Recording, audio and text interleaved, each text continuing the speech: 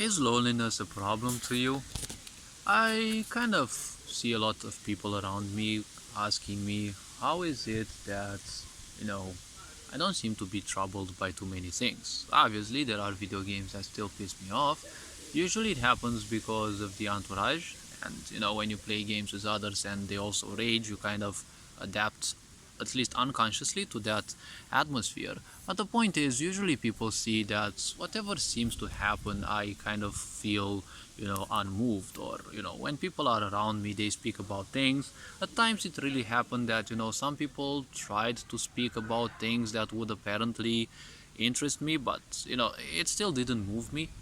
Well, the point is, if you go to psychiatrists or psychologists, they will tell you one thing, and that is that loneliness is something bad. Well, to a certain extent, it can be.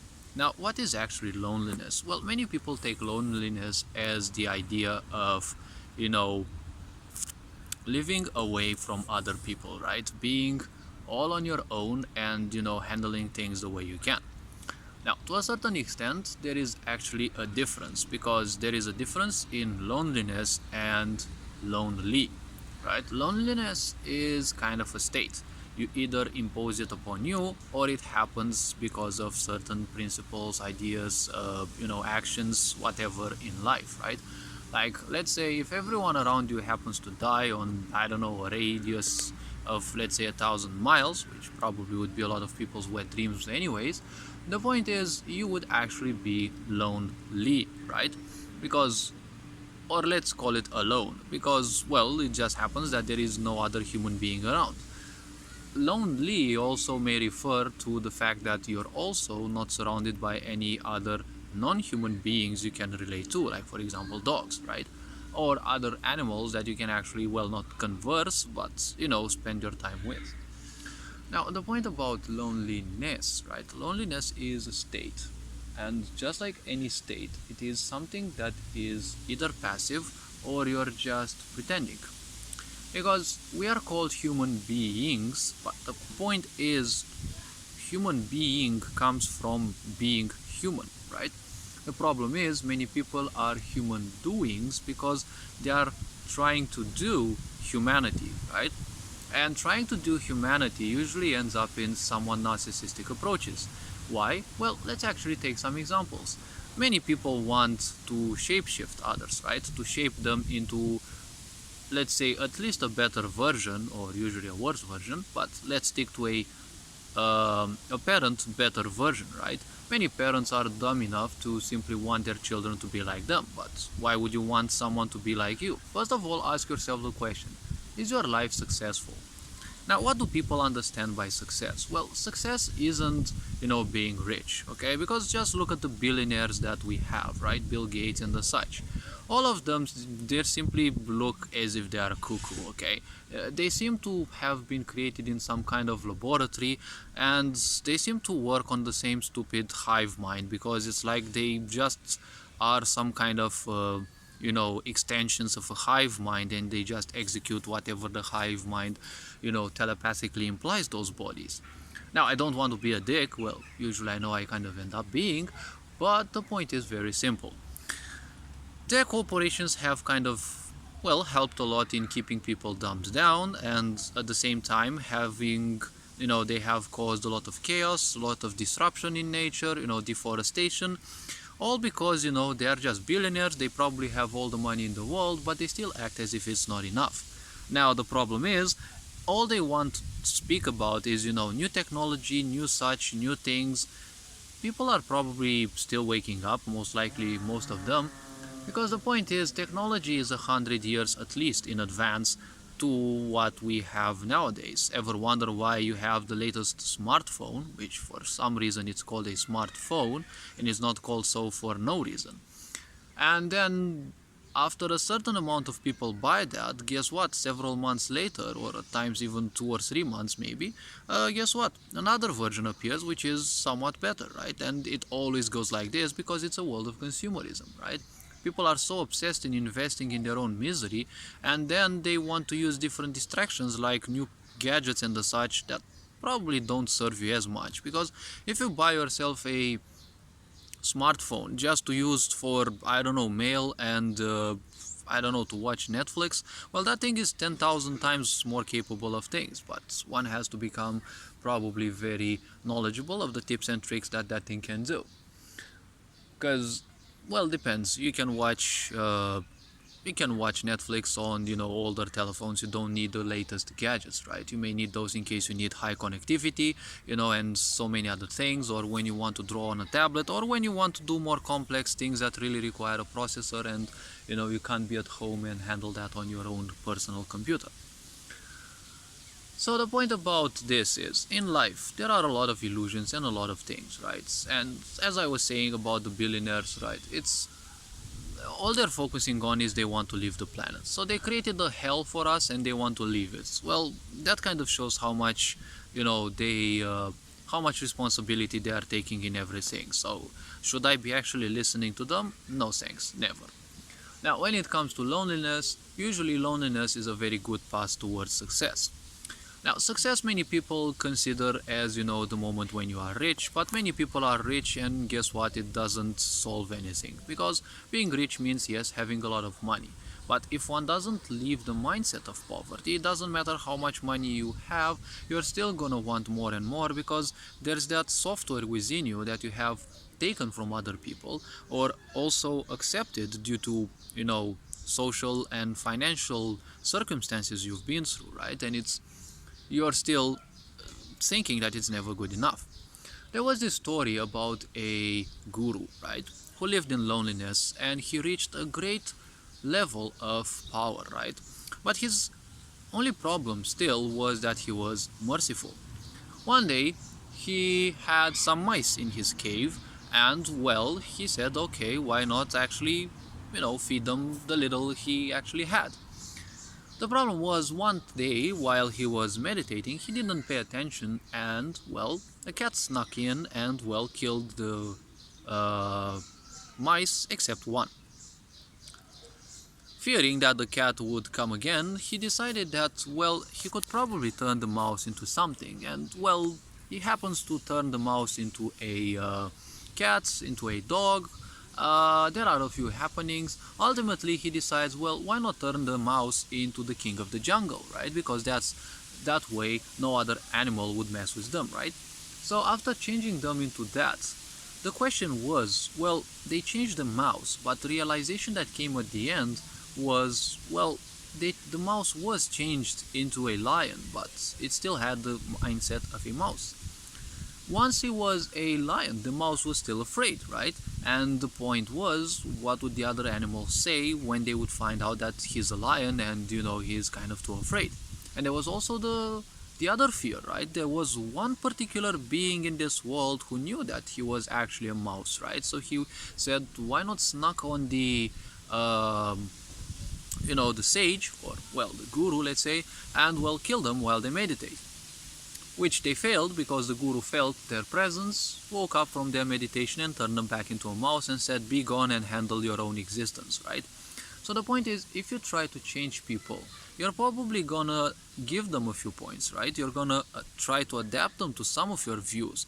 But if those aren't realized, it doesn't simply matter because they will still live by their own mindsets, right? Their own set of ideas they have accustomed themselves to.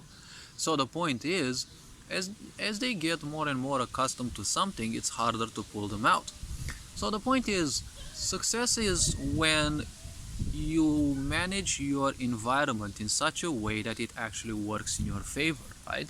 And, well, when that happens, finances will never be far away because many people's environment fights against them because that's how they arrange their environment, right? Their environment is usually clogged with a lot of things they don't need, is usually not aired enough, right? It's scattered with old things, and, energetically speaking, that has a lot of influence, right? Even tidying one's bed is a very important thing. Because, not keeping things in a certain order, when energy flows through them, it creates certain clogs, and that attracts so-called negative energy, and, well, when you use those things, you're gonna download part of that negative energy within you. So don't wonder why you're not doing much, but you're still feeling, constantly drained.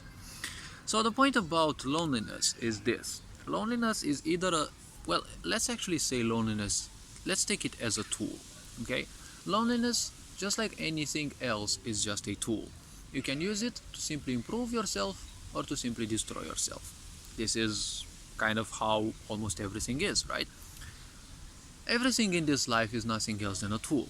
Now, it may sound narcissistic if I say that, even your friends are tools, because in most situations people are shallow. As people are shallow, they don't want relationships, right? They just want someone to hang out with and, someone who would actually listen to them when they, download their shit upon their, you know, so-called peers, right? Because so many people go through things, and instead of becoming wiser from that, they simply choose to become hurt, and they kind of propagate that and wonder also why they go again and again through the same kind of events. Because, well, if you go through the same kind of events and you expect different outcomes, well, that's kind of a definition of madness, right? It's like doing the same thing and you expect a different result. In a certain environment, let's say when there's random number generator situations where things won't necessarily end up the same, well, it may work to a certain extent, but it still means that you're allowing circumstances to work for you instead of trying to arrange circumstances to be much better, right? It's a unconscious way of living versus a more conscious approach.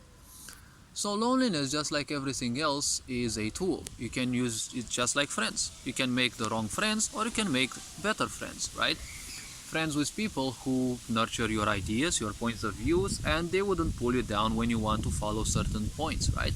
The idea that, successful friends, those people are usually the ones which are the hardest to get to, because once people are busy with their things, right, it's obvious that it's gonna be hard to reach them, right? Successful people don't even spend much time speaking with their parents in many cases. I've gotten to see some interviews and they actually said that with their own mouths, right? Because they're always after, doing more for the other people.